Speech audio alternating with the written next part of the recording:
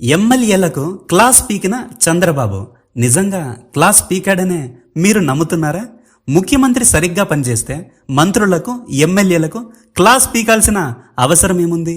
చంద్రబాబు గారు సరిగ్గా పని చేయకుండా ఇచ్చిన హామీలను అమలు చేయకుండా ఉంటే ఎమ్మెల్యేలైనా మంత్రులైనా ప్రజలైనా ప్రశ్నించకుండా ఎందుకుంటారు? ఎవరైనా తన ప్రభుత్వాన్ని తానే ప్రశ్నించుకుంటాడా?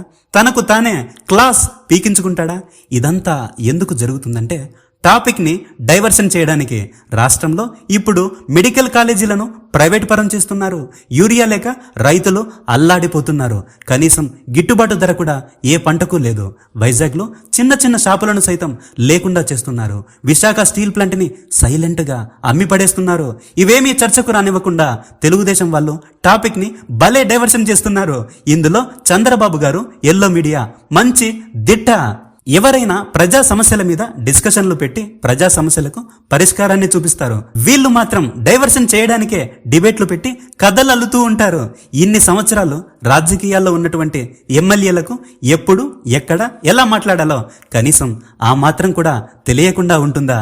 మీకు అర్థమయ్యేలా ఒక చిన్న ఎగ్జాంపుల్ చెబుతా, జాగ్రత్తగా వినండి. విజయవాడకు వరదలు వస్తాయని చంద్రబాబు గారికి ముందే తెలుసు. కానీ ప్రజలకు ఆ విషయాన్ని ముందే తెలియజేశారా? లేదు. ఎందుకయ్యా అంటే 2 లక్షల మంది జనాభాను తరలించడం అసాధ్యమని చెప్పలేదంట. ప్రభుత్వం చెప్పాల్సిన మాటేనా ఇది?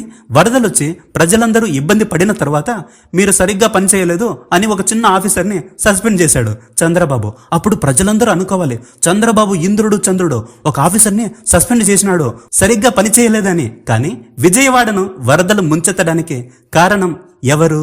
ప్రజలకు కనీసం ముందస్తు సమాచారం కూడా ఇవ్వండి ఎవరు? టెక్నాలజీని నేనే కనిపెట్టాను అని చెప్పే చంద్రబాబు గారికి వర్షం ఎప్పుడు వస్తుంది, వరదలు ఎప్పుడు వస్తాయో కనీసం ఆ మాత్రం కూడా తెలియకుండా ఉంటుందా? వచ్చిన వరద నీటిని వెంటనే రిలీజ్ చేయకుండా ఎవరికీ తెలియకుండా రాత్రి సమయంలో నీటిని విడుదల చేయడం వల్లనే కదా విజయవాడ మునిగిపోయింది. మేము బుడమేరు గేట్లను వదిలేస్తున్నాం, ప్రజలందరూ జాగ్రత్తగా ఉండాలి, సురక్షిత ప్రాంతాలకు చేరాలి అని ఒక చిన్న మాట చెబితే చాలుగా ఎవడికి వాడు వాడిని రక్షించుకునేవాడేగా. ఆ వరదల్లో మునిగిపోకుండా కనీసం సరిపడినన్ని పడవలు కూడా చంద్రబాబు గారి ప్రభుత్వం పెట్టలేకపోయింది. బోటులో ఎక్కడానికి మనిషికి 2-3 వేల రూపాయలు పెట్టి ప్రైవేట్ వాళ్ళు దోచేస్తున్న చోద్యం చూస్తున్నటువంటిది ఈ ప్రభుత్వం. కానీ తప్పుని ఎప్పుడు తన మీద వేసుకోడు చంద్రబాబు. ఇతరుల మీదికి తోసేసి తన చేతులు తుడి చేసుకుంటాడు. దీన్నే విజనరీ అని ఆయన గొప్పలు చెప్పుకుంటూ ఉంటాడు. నేను గిల్లినట్టు చేస్తా, నువ్వు ఏడ్చినట్టు చెయ్యి. ఇదంతా నడిపించేది చంద్రబాబే. ఆఫ్ నాలెడ్జీ గాళ్లకు ఇదంతా తెలుసు, కానీ తెలియనట్టు నవ్వుతూ ఉంటారు.